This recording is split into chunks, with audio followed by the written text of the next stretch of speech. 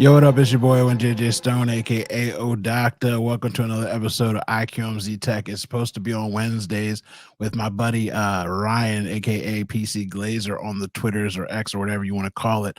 But I had a guest on, and the guest is a prima donna, and then everything had to get switched up. So unfortunately, I can't even keep my own schedule because I had to have this guy come on. And sometimes some people you just got to be flexible for. You know what I mean? We look alike, we almost sound alike. He's my cousin. You know what I mean? Once you get to be a certain level of me, you got to be family. You know what I mean? Like Ryan, he's family. He's my cousin, but I'm an uncle to his son. There's a whole lot of layers to it. But let me bring on my guest today, Anthony Pruitt, and doppelganger. You know what I mean? Looking like me, but swole, like a bee stung me. You know what I'm saying? Like, gosh, same. Hold up, Mr. Ryan, Mr. PC Glazer. PC Gazer. Gazer. You act like I'm making donuts over here. Gazer. I was like, okay. Oh, I thought that sounded weird, but okay. I thought I read it too. Well, first off, I'm going to say I hope you get better friends. You can do better than this dude. I think so. I'm kind of stuck with him. It's been so long. And that's why I said family, because once we family, you can't get rid of me. You can cut me off if it was a friendship. You know what I'm saying? Damn. So also, Gazer. Before we get started, everybody who's here, you already know who Ant is. Formerly at Twitter, now he's taking over the universe, doing his own thing. Cameraman extraordinaire, tech wizard, whatever you need, he could do it. He could create it. He can make the magic happen. I believe in Ant. You should believe in Ant. But I will say this: his son, my nephew, is out here doing great things. Congratulations to the kid, by the way. Congratulations to the kid. Appreciate it. I wish I was there to get the hug and get to hopping up and down with you guys, because I know you're so proud. Yeah. I got the chance to come out and meet him. You know what I mean? When I met you, actually, for the first time too. But he's a great young man, good kid, doing what he does, and it's just nice to see the hard work paying off. And congratulations to him. Not really to you. You didn't really do nothing. He the one putting in all that hard work. You just out here guiding. Look here. You have no idea how much work I put in on this shit, man. No idea how much work I put in. Yeah, we're very happy for him though. He still has a ways to go. For those who don't know, he accepted a preferred walk-on offer with the University of Oregon football team. And that's a good thing. That's a good start because it's got him into his dream university. And I still believe, and hell, I know he could get football scholarship money. He's going to get some scholarship money from the university, but he's eventually going to get some football money too. I just see it, but this is a business and I'm going to work this business and he's going to work this business. That's good. That's what we need to have happen. Like I said, I'm his uncle. I always been there for him. And in case something happens, I need something. That's why Oh Doctor love the kids. You think I'm out here in this community taking my time with these children for nothing? I got so many nieces and nephews. One of them gonna be a Buffett, okay? And they're gonna know that I showed up for them. They're gonna know that I was retweeting. They're gonna know that I showed up at their game, took a couple of highlight shots for them, and put it up on their mama's Facebook. You see what I'm saying? Be buffets. You mean buffets? No. Yeah, I mean, same. Buffets, top of their game. You know what I mean? And throw their uncle a little sprinkle on the way out. You know what I'm saying? So you know what I mean? Oh, Doctor love the kids, but again, congrats to him. Ryan, take control of the show and give us a story to talk about so we can get to work. Please, thank you. No congratulations to the Pruitts. Congratulations. All right, first story up. Vision OS 1.1 beta lets users reset a Vision Pro if they forgot their password. That really feels like a 1.0 type of feature. Yeah. But apparently a lot of Vision Pro users have found out the hard way. There's no way to restore the device if for some reason they forgot their password. If that happens, you got to take your Vision Pro to the Apple Store or repair center. And thankfully, 1.1 addresses this problem. $4,000 device. What do you guys think about this one? So I saw so many tweets about this coming out because all that's been in the tech space. Sarah Lane had this issue because she's using one with Eileen, and they are sharing the device, and there's a guest mode, but it's not really a guest mode. And then once you get locked out, sometimes people aren't even forgetting the passwords. It's just like, I want someone else to use it, and then once I try to reset it, it locks me out. And that's just crazy for a $4,000 device that you have to take into the store to get them to unlock it. And how long is it going to be before that device, whatever it is that unlocks it, is out here on the streets and you see people kidnapping these things off people's faces? You see it? Well, You see that happening? well, see, the thing that I thought about, because Sarah's and Eileen's use case was a little bit different, but I wanted to ask you, who was the market that bought this device? Because this is almost 4Gs, and they touted is, we're looking for the developers so they can get their hands on it and make applications for this platform. So who's the lion's share of the people that bought this device? Would you say developers? So that is what we call a segue that you don't even know is a segue. Ryan, roll the video that we have for this so we can watch a quick video of the people that got this device and how cringy it was having this device out in the wild in America this week in the United States. It was really bad. And I at this point, I'm like, did you buy it just to run a YouTube video? Like, so yeah, they did the whole walk the device out thing, which was retired back in like what, 2012? Oh, here's a guy at the gym working out. For what reason? Walking down the street. Oh, yeah, you're in a high-end development or a high-end part of the city. Oh, you're eating and you're cool. This is why I spent $4,000.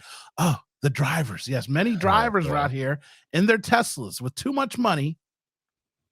Oh, I hope he falls down a rabbit hole like a little cartoon, like the things you see with the Wile E. Coyote. Like, I'm like, what are we doing? Like, why are you stopping traffic? Again, another guy lifting weights with a $4,000 device was back. This is how you get murdered in the subway of America. I don't know why you would do that. This guy again in the Tesla. I've been $100,000 on a car and $5,000. Let me get pulled over. Man. So who's it for? It's for every beta tester for Apple, because you're paying $4,000 to test out something that they don't have fully developed. Yeah. And I think that it does cool things. I think that it looks amazing. For me, I don't care. I need version 2 or version 3. So I think it's for people to flex and to figure out the bugs. I don't know if this is for the regular consumer. Ryan, what did you say the price tag should be at? I honestly, I think for consumers to be bought in, I'd go $350, $500. They need something way more affordable. Yep, I agree 100%. 100%. And I thought that this thing was mostly going to be in the hands of developers, but as you just showed, apparently it is not. Had it been mostly developers, I would have assumed that a password reset or a password forgot problem wouldn't be an issue. That's how developers think. They're mostly security conscious because of what their profession is. But average Joe Schmo, if you will, yeah, I can see something like that. Oh, I forgot my password for this device, But what Miss Sarah and Miss Eileen went through definitely sounds like something that was just a bit of an anomaly. And yes, I agree with you. People are beta testing this joint for Apple, but that's no different from what Google does with 99% of their products too. But this is a $4,000, $5,000, $6,000 product that they're doing it with. So for me, I'm like, I'm doing work for you. I'm an employee now. I'm an employee. I'm working for you. Where's my 1099, cuz? Yes. And I want exactly, that's how I look at it. And so all the people that are buying it just to make YouTube videos, to get views, to walk down the street, to put it in their Tesla and get pulled over, to go viral, and possibly like who's the first person that's going to have an accident and fall down a hole or a well or something dumb because they're living in this space. Apple itself made the worst commercial available. I should have had that queued up, but they had a guy on a flight. He's in the middle section of the plane in the center row using Apple Pro. And I think to myself, so you sat coach and spend $5,000 instead of spending $200-300 more to get a front row seat. Hey, that's how he could get the Vision Pro, so he could sit coach. He sit coach so he can get the Vision Pro. That's his priority. That's pretty damn funny though. And I don't have a problem with people wearing it on like an airplane or something like that. My problem is just these provocateurs, and I wonder, how close are we to that 14-day cutoff for the masses, because you have 14 days to return the device, and how much that is going to affect the bottom line for Apple. Will those numbers be reported? Because there's certain things in the earnings call that sort of gets magically just sort of mushed together with some other stuff to make it look better. So I wonder if this is going to affect that bottom line. So I had a friend who called me and wanted me to come up and hang out because he bought it. and he realized he's going to return it because he has 4 children, and their age range is from, I think, 6 to 16. Mm-hmm. And so you need the cup sizes to change. Yep. And the whole guest thing is a problem. Yep. And he's like, then it's so cool that the kids want to use it. And he's like, I don't want the younger kids being trapped in this world. It's already bad enough they're addicted to their tablet or phone. I could see them thinking that they want to do this all the time. And then what happens? Somebody's going to take it to school. They're going to get robbed. You're going to go on that subway. You're going to get robbed. Like, these things are going to start happening because they're out here stealing cell phones out of people's hands. They're breaking into cars and taking laptops and camera gear. So you be, like you said, a provocateur, you want to go out here and go viral on TikTok and make the Instagram, and I get it. But guess what? People are going to start getting hurt for real once they realize that you're wearing $5,000 on your face. Like, because at first it just looks like somebody wearing ski goggles and you don't really know what's going on. I'll tell you the truth. The hood is always kind of the last to figure it out. But once they figure it out, they're following you home in that Hellcat and they're trying to rob you before you get in the garage. Quickly. And enjoy this time frame and being a beta tester. Again, I think it's really cool technology. For me personally, I spent $10,000 to get glasses off of my face and get LASIK surgery. And I, honest to God, I've had no interest in any kind of VR. I've tried all of them. I could give a shit. I don't want any of it.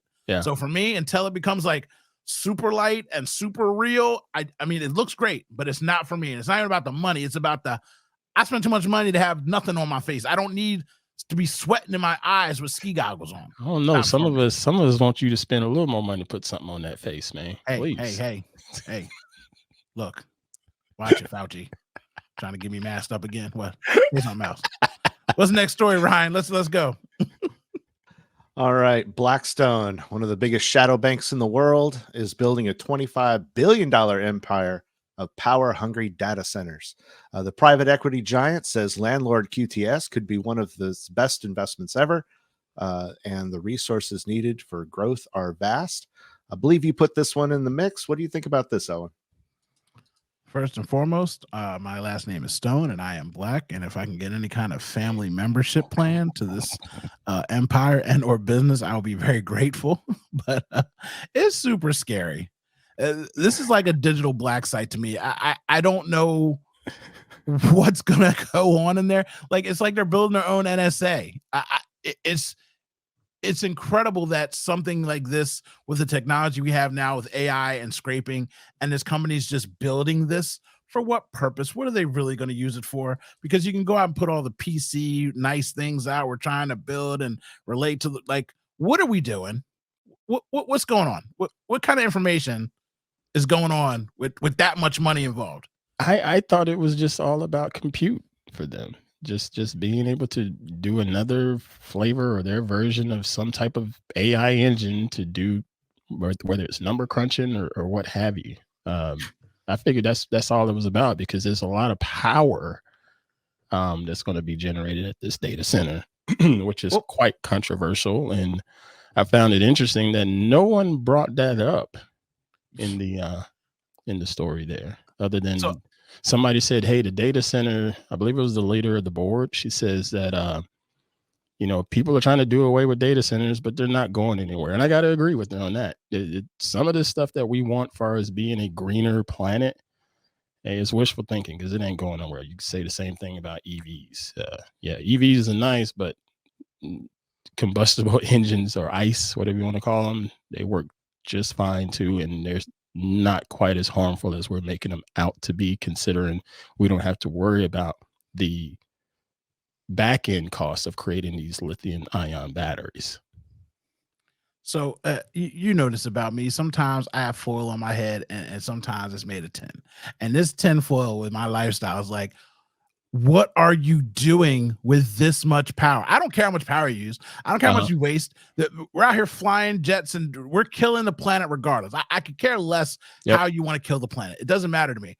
But what does matter to me is a company that's like a shadow company, like BlackStone, BlackRock, anything with black in front of it with that much money isn't as cool as it is for us being black. It's actually an issue because they run certain sectors of the globe, and that much computing power now mixed with AI, I want to know what they got going on. Well, the Super Bowl is coming up, so they probably got their hands on that too, in that outcome, right? Yeah. Ryan, do you care that they're out here building spaceships? I, for one, welcome my robotic overlords. I got nothing bad to say about BlackStone. Please sponsor us. So that's what I'm talking about. The way I started and the way you just ended, the fear is the problem. That's what I'm saying. That fear that they put in the back of your mind, like, hey, I don't want to mess with these guys. That's bad enough. Next story, so we don't get arrested or anything crazy, get zapped up on, get doxxed or something crazy. All right. Well, with all the hype around the Apple Vision Pro, there are some companies that are getting hurt by this, and Facebook, Meta, whatever they're called now, has recorded a loss of $4.65 billion ahead of Apple's Vision Pro launch. Meta Reality Labs bought in more than $1 billion in fourth quarter sales, but recorded an operating loss of $4.65 billion. That is a lot of money. That's a lot of money. So, once again, though, no one is saying what Apple is losing, because they created this thing at a loss too, and no one is talking about any of that just yet. Why is that? Because don't switch the screen, right? Just leave it both so I can see Ant's face. All right. Because I be saying stuff, he be laughing at me. It's fine. Let everybody else laugh at me while he's laughing at me. Here's the other thing about America. Let me tell you something, guys. Like, look, first of all, everybody knows I work for myself. Nobody knows what I actually do. But one thing that I do is I don't pay taxes. And one of the ways I don't pay taxes is I write stuff off. And I feel like they just wrote this number up and was like, let's just throw a whole bunch of cash in this so we could take a loss. How did you lose this much imaginary money in your metaverse world that you tried to promote to us to distract us from all the other crap that Facebook had going on? And you tried to tell us that Meta was going to be the Meta, and you renamed everything. And no one on the face of this earth has a friend that has gone and walked in the metaverse and done anything useful. Not one of us on here or in the comments are watching this. There's 500 downloaders. There's 30 people watching on YouTube. I guarantee you, anybody listening to some of my voice right now doesn't know one person that was in the metaverse with goggles on their face, walking through a shop and buying fake shirts. So how did they lose this money? I don't know, but it seems really nice to put it on the balance sheet at the end of the year to write off and have the excuse of Apple was coming and they're going to kill our market. You just described what the perfect market is for this kind of product, and everybody who was buying it already bought it at $200, $300, $400. So now you just lost $4.6 billion. And what say you? I can't agree more, bro. It's all freaking corporate magic. Magic. Corporations are, the best way I can put it is the mob is scared of corporations. Yeah. You know what I mean? You know, the mob used to run the US and run the world, but no, not anymore. Corporations have way more power now, way more political pull. So this is just, I totally agree with you. This is just another way to write this stuff off and move on to the next and distract us from some other craziness that they got going on. The number is so astronomical, it doesn't even feel real or right. It's like how did you put that much money in and you're losing this much money? It's where did all this come from? So yeah. What you got up on the screen there, Ryan? Well, this is a list of their quarterly losses since 2020. 2.1 billion, 1.83 billion, 2.43 billion, and so on and so forth. This company has lost money every single quarter. I don't know how. Last week they had a huge jump in that stock price, if I remember right. I mean, like huge jump. So yeah. So again, you write these losses off to make things seem right for the stockholders. And then you bump up the revenue because, again, you're writing it off so you're not paying the taxes against your revenue that you have, but the revenue's still going up. They're so mad about the revenue, they're trying to figure out more ways to even get money. Like shortly, you won't be able to use StreamYard or any third-party app to live stream to Facebook because Facebook wants you using their in-app because they want to run ads against you using them for live, and they can't do it through a third party. So again, another revenue stream for them to get money and that's their business. I respect that. That's their business. I have no problem with that. It's just, again, when you put out those astronomical numbers of how much you're losing, I'm like, so are there 400,000 units sitting in the shelves on Best Buy that just aren't moving. Like, and at that point, were they all supposed to sell last quarter? Like, what again, it's business. And like you said, the corporations are the mob and they're moving in strange ways. Ryan, do you know where the money went? It definitely didn't go into my pocket. Okay, well, that was my real question, because I was going to ask for a loan if you actually had the money or knew where the money was. You're being real quiet this whole time, so I felt like you were trying to squirrel away. Yeah, it was real suspicious. You saw how quiet he was, right? He was over here, throughout all kinds of things. You know, the voice of God got silent on me. He was like, "Hey, look, don't come checking my coffers." So, oh, man. I don't know. I want a spot in Musk underground bunker, so I need to be on his good side. Well, we definitely need that. And I don't even talk about that. Next story, because I gotta go crazy on the bunkers. All right, Elon Musk, the self-appointed Tony Stark of our era, says Neuralink has implanted its chip in a human for the first time. VR may be the wave of yesterday. Brain chips are the wave of the future. He's reporting that the patient that underwent the experimental surgery is recovering well. So brain chips. So Ryan, you have the youngest child on this panel. So how's the kid? He's 6. He's 6. Almost 7. Yeah. So in 20 years, he came to you and said, "Hey, Dad, I got a job working at this plant, and I'm making new starships, and they want to put a Neuralink in my head so I can work faster and compute faster." Even 20 years from now, would you advise your son to put one of those things in his head? I don't think I would. As much as I like to think of myself as a bit of a transhuman, I definitely am not for implanting something in my brain. I think the brain is something we shouldn't be playing with. So I'm gonna ask Ant in a second. My thought process on that is, unless I have some kind of disability, and it might help me with that disability, like a Geordie LaForge kind of situation, where I might be able to see, or I've lost a feeling in my arm and the nerves aren't firing right, and this could reconnect the nerves and do something where my hand could work. Like, there's certain things where if it could fix a disability, I would allow this and I would try this. But being a perfectly born and raised and walking and motor functions, I'm not letting them stick anything. I don't even want them sticking chips in my hand so I can open my car door faster. And how do you feel about the Neuralinks and the Tony Stark of America putting something in your brain? And you want to be stronger, faster, better? I'm gonna have to attack this in 2 parts on you. So let's look at the last thing you said, far as you're perfectly fine, quote unquote. There's a lot of people on this planet that are, quote, perfectly fine, but yet they feel the need to be a little bit stronger in the bench press, a little bit stronger in squats for whatever reason. And a lot of it is not necessarily to perform better in professional sports or something like that. A lot of people, they just want to be bigger, faster, stronger. Is there anything wrong with them working on that and going to hit the gym? Is there anything wrong with them working on that and buying prescriptions of testosterone?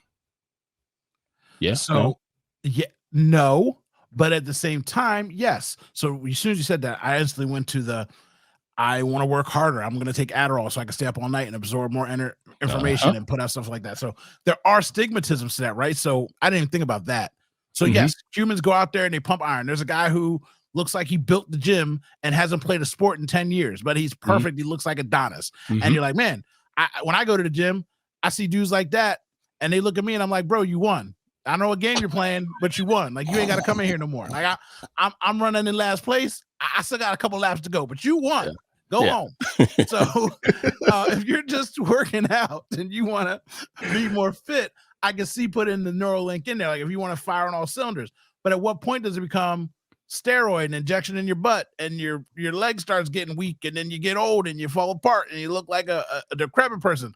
What happens when you're doing too much Adderall and it turns into you having a coke habit? Right. Next thing you know, you done robbed your kids' piggy bank. Like, that's the thing. All of this is just is no different from the opioid crisis. There some opioids are fine in moderation. Yeah. You've had surgeries. I've had surgeries, and we needed that medication. But at the same time, we understood the moderation and the risks that were associated with it. This here with Mr. Musk, I still believe this could be useful. I think the problem is his name is tied to it, unfortunately, because he doesn't necessarily show that he has so-called standards to follow, standards and procedures, and just sort of willy-nilly move fast and break things. That's the whole developer mantra, if you will, over here in Silicon Valley. And I think that rubs people the wrong way. Had this not been Elon Musk, I don't think any of this would be a controversial story. I think it would be a celebrated story, you know? So before I go back to it, Ryan, does Ant's mindset change your mindset on advising your son in the future? He made some very valid points there. When it comes to like steroids or enhancing drugs and things along those lines, they get out of your system after a while. You know, there may be some damage, you know, if you abuse them, but it's a lot easier to reverse than brain surgery. Yep. And so I think that when you're making a decision that's life altering, you have to think about it pretty hard. Mm-hmm. Yeah. And I don't know if I would advise my son to jump into something just because all the other kids at his work are doing the same thing. I don't know. I don't know if I could go there. Yeah, it depends on the circumstances with all of these, even if you're just talking about regular steroids, because some people have to take steroids, period, just to live. So I did a show with Phil Libin, CEO of Evernote, tech guy. Yeah. And he didn't make that happen. Mm-hmm. Yeah, and at the time he had a sensor in his arm, and I was like, I'm at the office. I'm like, bro, what are you doing? What's that for? He's like, oh, it just measures my glucose and all kinds of like, are you a diabetic? He's like, no. I just like knowing like what happens when I'm meditating and you know reads my body and tells me my calories and my. I was like, but it's a needle. He's like, yeah, it's like just about this big. It's in my, and so he just wanted it for the technology, and now you see it in all the commercials. Yeah. Yeah. And now, you know, I saw there was a kid that I coached in softball. The girl had it and her parents were monitoring her when she was running the bases and make sure that everything was fine. And now it's like, man, I was ripping him like being a weirdo. Like, why are you just injecting stuff into your body, bro? Like testing your readings for what? Like you weren't even invested in the company. You just saw it and wanted to know the data. So I think of that to what Ant's saying. I'm like, well, imagine if it's again like if it wasn't Elon Musk, you're right about that. That is the issue. But imagine, hey, you don't want to have depression anymore? Turn it off. Yeah, that's all neurological. Yeah, you can't stop smoking cigarettes, turn it off. You want to lose weight, turn it off. Like I'm never going to be able to do it, not in my lifetime. And my kid's old enough now where I'd be like, look, bro, she's already 17. It's already too late for her. That's why I asked you, Ryan, because your son's a little younger. His lifetime of growing up and it being something that's not foreign or crazy to him. By the time he hits high school, there might be a guy that he looks up to that got it done and is hitting 42 home runs a week or something. You know what I mean? But for anybody over a certain age, I can't say it's too late, considering there's a lot of people that get diagnosed with ADD when they're adults because they didn't know. They went their whole childhood and didn't know they were attention deficit. And what if this is something to help that? Because again, it's all chemical and neural. What'd you just say? ADD. Paying attention. You see? Dad joke. Boom, boom. Next story, Ryan. Let's go. Well, let's talk about my favorite subject in the world, Tay-Tay. All right, Taylor Swift has joined Elon Musk in trying to silence a student who tracks celebrity jets. A student who used publicly available flight data that anybody has access to feed a series of private jetpack tracking social media accounts is facing legal threats from Taylor Swift. Now, Owen, I know you have strong feelings about this one. I have strong feelings about everything, like the Force, for example. But this especially, it's Taylor Swift. So now everybody cares all of a sudden. People were destroying Elon and clowning him for being mad at this guy for putting up his flight information. saying where he was going and how much carbon. Again, everybody's wasting carbon. Everybody's killing the planet. You're breathing air. You're killing the planet. I don't care. You eat a cow, you're killing the planet. Oh, you're a vegetarian. Guess what? You're killing plants to be fed. You're still killing the planet. Like, no matter what we do, we are destructive beings on this earth. So I don't care about that part of it. But Elon was getting destroyed because, oh, he's flying here, he's flying there, and this kid's tracking him out. He's trying to run him off the internet. He bought Twitter just to ban him. But when Taylor says it, her privacy, they're attacking her. You can't, because it's Taylor and she needs to. Guess what? Taylor has a concert in Brazil on the 3rd, and she was at the Chiefs game on the 2nd. Do I not know that she's catching a flight from Kansas City to Brazil on her private jet? Golly gee, what are the odds that I would know that that's her flight pattern? So knowing that she's taken 42 flights, or she flew from Denver to Nevada to get a cheeseburger and flew back home like it was DoorDash is an issue. Who cares? This kid needs to be tracking these things just like we track the stocks and purchases from our elected officials. It's not a big deal. And her suing over it drives me crazy, because now people all of a sudden care and want to demonize this kid for his little app. And I think the main concern here that the kid is going to stand on is this public information. Yeah. And just leave it at that. And I understand that people are going to get butthurt about their privacy. You have every right to be concerned about your privacy. But you as a photographer and me as a photographer, we know that there are certain instances where public information or public areas are work to our advantage. Street photography, for example. Yeah. This kid is just having fun with a hobby or what have you, and he wants to track airlines, and he can track them. If he wants to track celebrities on their private jets that have public record because of the FAA and so forth, or in air traffic control, he has that right, because it's public knowledge. He's not busting firewalls or anything like that to get this information. If he was doing that, then yeah, they got the right to sue and expect some punishment for this person. But it's public information. I feel like this is a PR move from Taylor Swift. I don't think she has security problems. She has plenty of private security all around her at all times.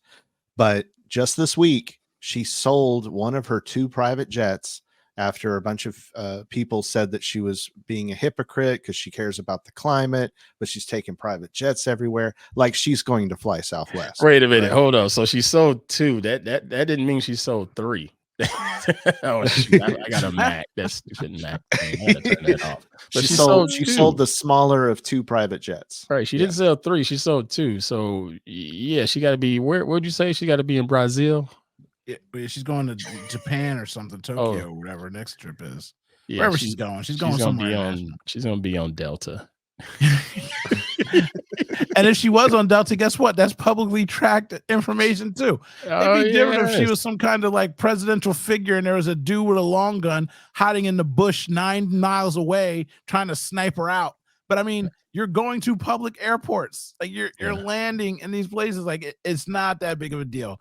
And the smoke screen thing is real, but I think we all buried the lead. Did you just say you bought a Mac? Man, I've been on a Mac. What are you talking about? I thought the rig was rigged up at the house. I never seen you throwing up peace signs. I've had this Mac about a year. It's probably a little over a year now. You don't remember me getting see, I'm still PCing. Well, I PC and Mac, but I could peace sign it for free. I got no tired. bubbles on me. I got tired of Windows. That's right. Just crashing, and it was killing me, dude. I bought it. I was working on a project. I think it was last year. I was working on a project, and the machine crashed 3 times in the middle of me trying to render that video. And I literally just cussed out loud and walked out the house and went right down the street to Apple Store and got a Mac Mini so I could finish the damn job. So yeah, I was done with Windows. Well, good for you. Good for joining the dark side. I had it. You know me. You know how bad I am. I had the Mac Mini and I never used it, and I ended up buying a Mac Studio. I used it on the Studio, right? Yeah, I got the Studio. I'd be rocking that. I spent too much money on it. Same thing, like I said. I don't mind spending $4 grand, $5 grand, $8 grand, $9 grand, but it better work. It better work. Be working. You know what I mean? I Them did. I had goggles. all this power with this Windows machine, all this gigs of this and this graphics card and drivers pissing me off. And no, this Mac OS, this shit just works, man. Yeah, That's all I need. it just works. Next story, Ryan. All right. This one I gotta give props to whoever wrote this headline. Japanese government finally bids sayonara to the 3.5-inch floppy disk. That's classic this- register, man. Classic register. Apparently, the required medium for submitting 1,900 official documents to the government of Japan up until now has been the floppy disk.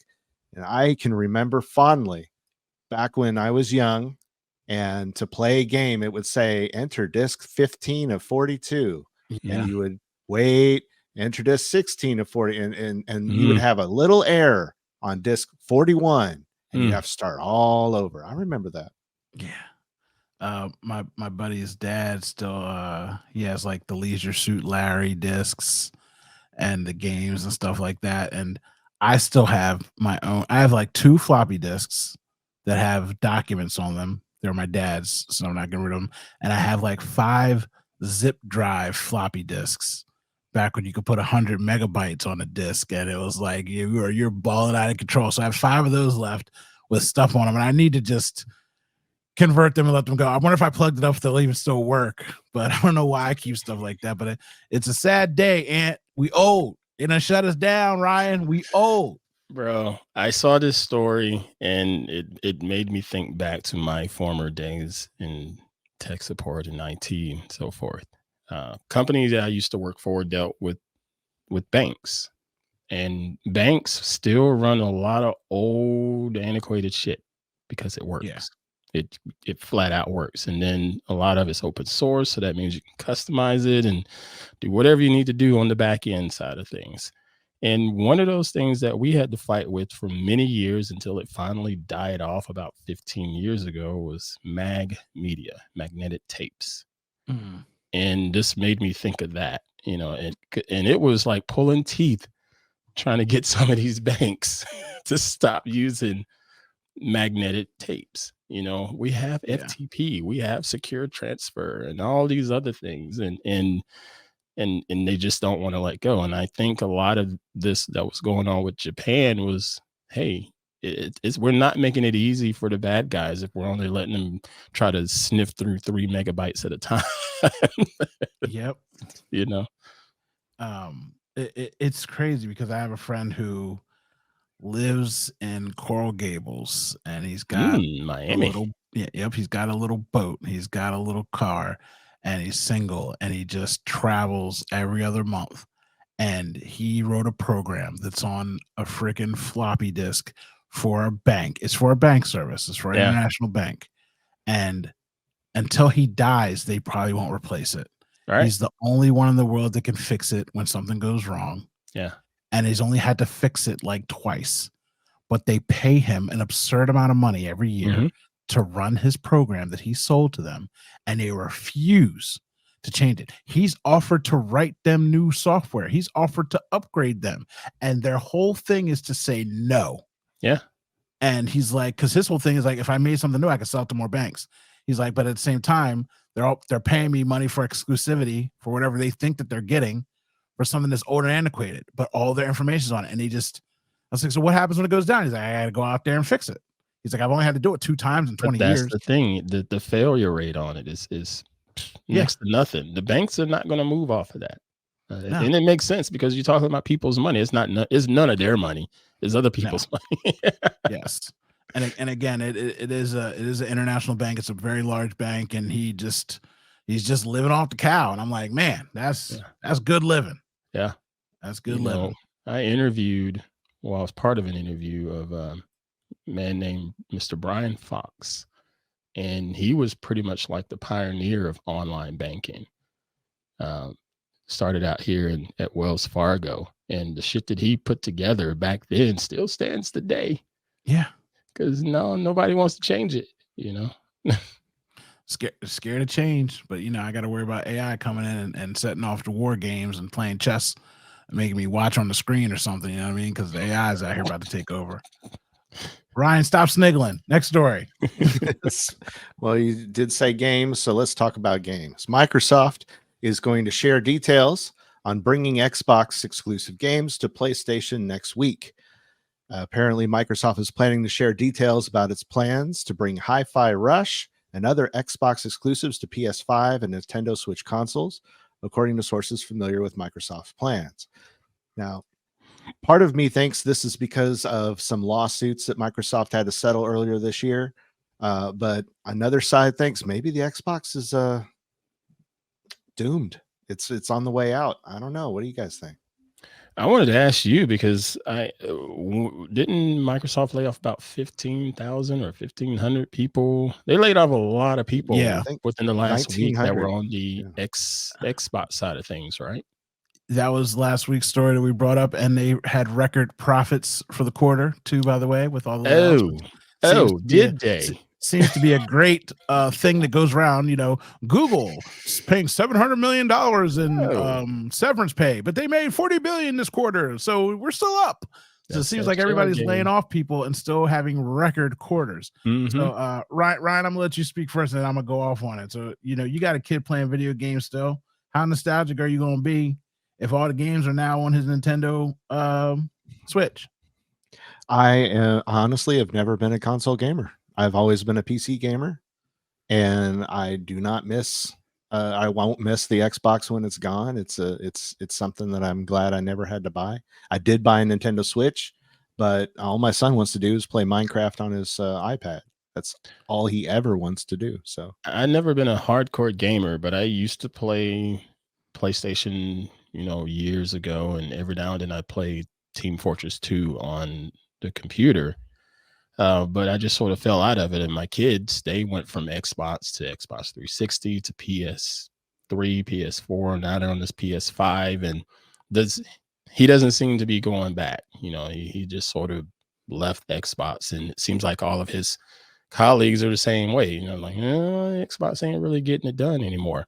I still have an Xbox One here at the house, but it's my smart TV. I plugged it up to the television, so I didn't have to plug the television up to the internet. And I just used Xbox One to interface. So I hope that doesn't go away because I like that convenience. So now that we're back on, the show's back on, for the new listeners that don't know Ryan in the tech world, he is a nerd. He just explained how much of a nerd he is. The PC gazer isn't a joke. He's out here playing his video games on a PC like a nerd, okay? Let me tell you something. This is one of the best things that Microsoft could ever do, because Microsoft only got into this game because they wanted to control the minds of the youth. And they went out there with that first Xbox the Ant is still holding on to. And my goodness, you can get a Roku for $22. Hold on. I said an Xbox One, not the original. Okay. Come on, dude. I thought you said one like the original, like the Damn one. ADD. Jeez, don't ever let the truth get in front of a good joke. I knew what you meant. I said what I said because it sounded funny. And now let me roast you like I was trying to roast you. My point is that from the inception of the Xbox 360, which was the first one, they've lost money. They've never made money on this console. Truth be told, PlayStation doesn't make money. Do you know what PlayStation makes? You know what Sony makes most of their money from? Insurance. They sell insurance. They sell more insurance than anybody else. So your Sony TV, they don't give a shit about. Your Sony PlayStation, they don't give a shit about. But it also helps them have market share of the mind and of the world and of the universe. And they sell a couple of cameras and other things. It's like a side project. You know what I mean? It's like you got your wife and then you got your work wife. And the work wife is fun and all that kind of stuff. But the wife's the one cooking and taking care of you for real. All this other stuff is just. I'm not going to comment on that. No, you married. I'm single. I do what I want. Ryan, you shut up too, because I don't want your wife coming to me. But I'm just saying, in the world of things, that's how it goes down. So Xbox is finally like, look, I see the vision they had. While they were accumulating this monopoly and trying not to get sued for doing it, their mindset is, I'm tired of building these consoles and having a war against PlayStation when PlayStation is going to beat us, because that's one of the things they're focused on. I'm going to go out and buy the titles and become Sega. Dreamcast died and went away. Sega Genesis went away. They still make games. They still sell you games. License on your mind, and you still know, you still know who Sega is. And it's not cheaper, but it is cheaper to have a game house and create games. And now with the Fortnite digital skins and downloads, they can make infinite money. and Microsoft has bought every play that can make them infinite money for free. So go ahead and PlayStation, put out PlayStation 6, 7, 8, and 9, and I'm gonna charge these dudes $70 and then $2 per shirt, $6 per board, and $99 a year online access. And that's how they're gonna make free money going forward without having to lose money making consoles. So I get it. Yep. I get it. Nailed it. What's the last been one Microsoft's? Oh, we got another story. What were you gonna say? Oh, I was going to say that's been Microsoft's play since the founding of the company. The money isn't in the hardware; it's in the software. That's what they always said. And then every time they try to make hardware, they end up saying, "Oh, never mind, it's in the software." And this is just another thing. And they make cool stuff sometimes. Like some of the things they had in their phone was okay. Some of the things that the Zoom had was cool, but they gave up on those things way sooner than they did. They really kept this quickly Xbox thing going a long time. So it's interesting, but that's the play. That's the move, and it's fine with me because now I can finally play Gears of War again without having to. Because I too have left the Xbox One. I didn't get the latest Xbox One, and the last two Xboxes I haven't gotten because the exclusive titles weren't enough to keep me buying 2 and 3 systems anymore. I have a Switch and I have the PS PlayStations, so good for them. Last story, Ryan. All right, I actually like the Zune. Blue Sky, a trendy rival to X, finally opens to the public. The upstart social network has been by invitation only since its launch last year. Jack Dorsey, Twitter's CEO, tweeted in 2019 that he planned to create a new decentralized form of social media. Most people scratch their heads, but Jay Graber immediately got excited. I don't know why I read that last sentence. But anyway, what do you guys think? Blue Sky, is it going to take over the world? Is Elon Musk in trouble? Are you a Blue Skyer, Ant? Oh man, this is funny you brought this up because this is actually on my blog, antpruitt.com/blog. And I wrote this entry yesterday. And the headline is, "Do you care that Blue Sky is now open for everyone?" And yes, I do have a Blue Sky account. But I'm also a content creator, self-employed. I believe it's important for me to at least sew up my user ID on these platforms at the very least, and also just be there just in case there are some extra eyeballs there that says, "Hey, I saw that you take pictures. Can I hire you?" You know, something like that. But as far as the masses go, as I discussed in that blog, Elon's going to be just fine. That platform, everybody wants to call it a shit show, and he's doing this and he's running that and blah, blah, blah, blah, blah. But I guarantee you don't see an Apple account on Blue Sky, but you see it on Twitter. You don't see Beyonce on Blue Sky, but you see her on Twitter. You see Taylor Swift on Twitter, but you don't see her on Blue Sky. So yeah, Twitter's going to be just fine. Whoop-de-doo that this is opened up to the masses, but yeah, it's not going to matter. I'm actually going to talk about this on another show this week. It's funny. The other show is a Tech News Daily show with Tom Merritt. Tom Merritt is my mortal enemy. Tom Merritt is my cousin Tom Merritt, family but foe. Merritt, I know this. Tom Merritt. You went there. I wasn't going to go there, but go ahead. Oh, I'm going there. The only reason I had you on this show is so that I could tweet it out tomorrow and tell Tom Merritt that I had Ant Pruitt before he did. And if you want to give a doodle on me again tonight, I'd have lied and said you was on the show just to stick it to him anyway. Because Tom Merritt is a thorn in my side, and I'll say it every single time. His ethos is even mentioned. You ain't have to say his name, but it was in the same breath of an idea that you mentioned him. So I had to let everybody know that Tom Merritt is my mortal enemy. I can't stand his cleverness, his quipness, or his cute face, and his lovely, adorable wife and pets and family. It's all too much. It's just too much. Tom Merritt, my goodness, being so smart and debonair, it just makes me sick, all right? Taking a whole corner piece of my market share ability with my cleverness. Tom Merritt, the enemy of Odocta. Anyway, to the story, as it were. Ryan, are you out there blue skying? No.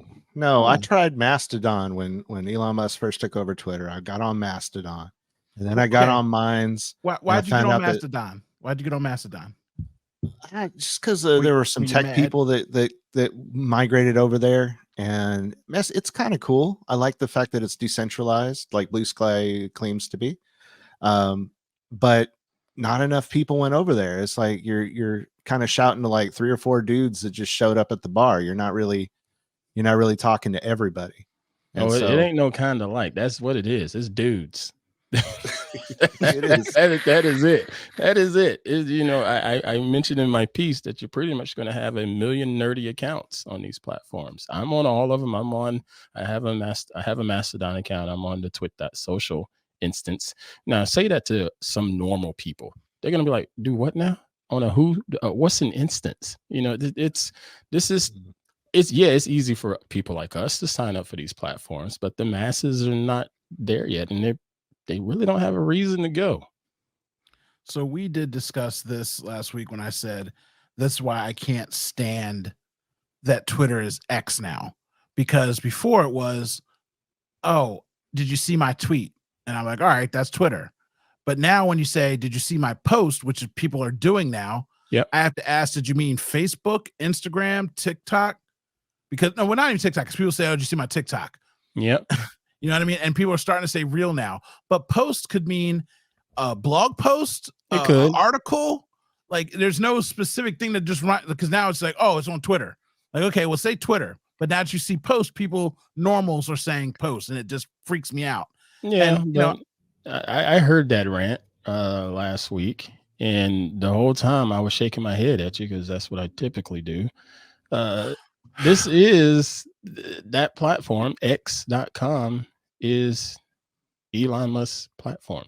He can do whatever the hell he wants. And if he wants to say that we're going to call it X, we're going to call it X. We got to stop saying X, the platform formerly known as Twitter. No, he's had it over a freaking year now. We can stop throwing the whole Twitter brand out there. He paid for it, or somebody paid for it on his behalf.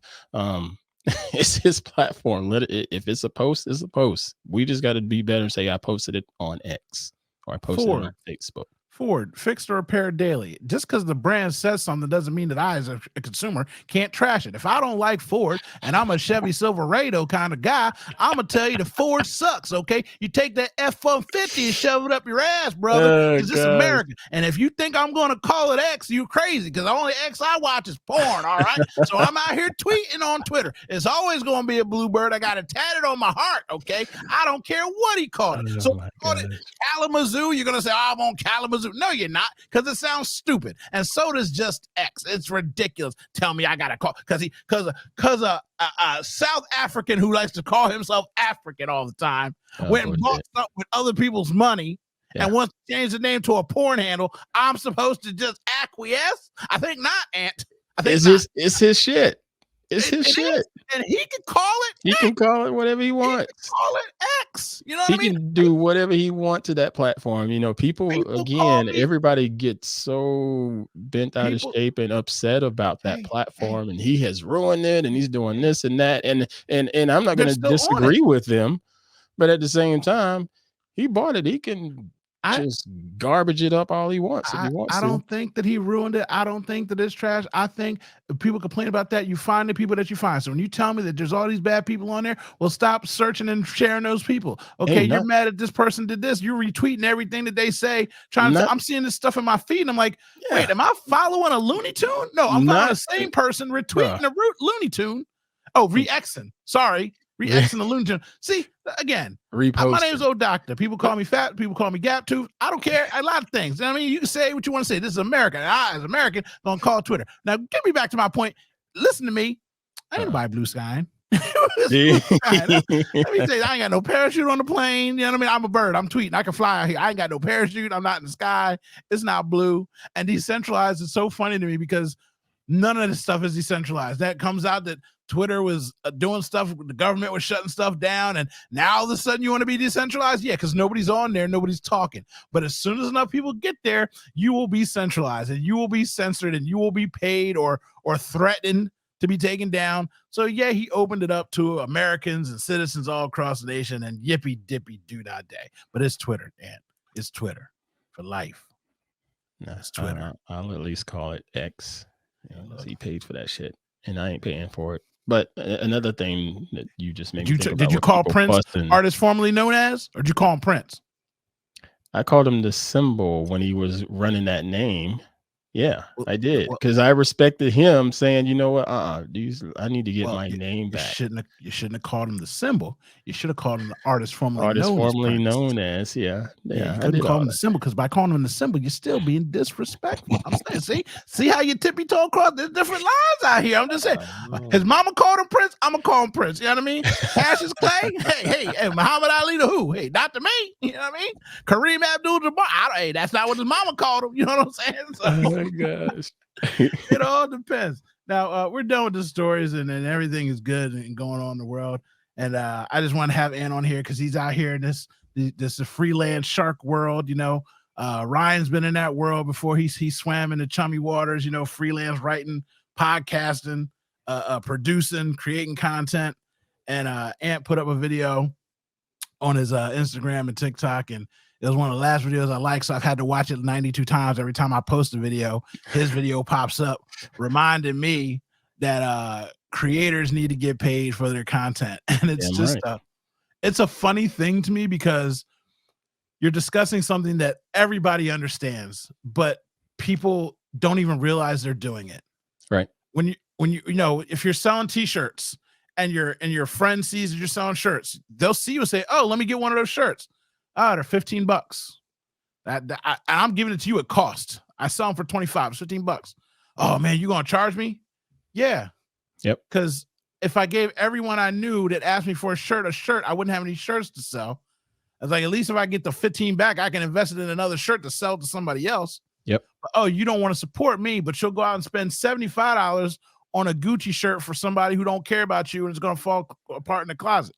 But then when I blow up and I make it, you come back and you say, "Oh, well, remember I was trying to buy a shirt from you. You never hooked me up." Like, that's right. So the content game and the just being an entrepreneur is really hard, because even if you try to give someone a deal, it's people don't respect the value of the art and the craft that you do.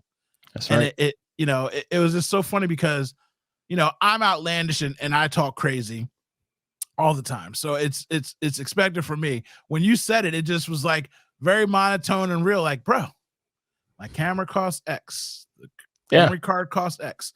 Oh, I also got to travel out to your location. All these things cost money.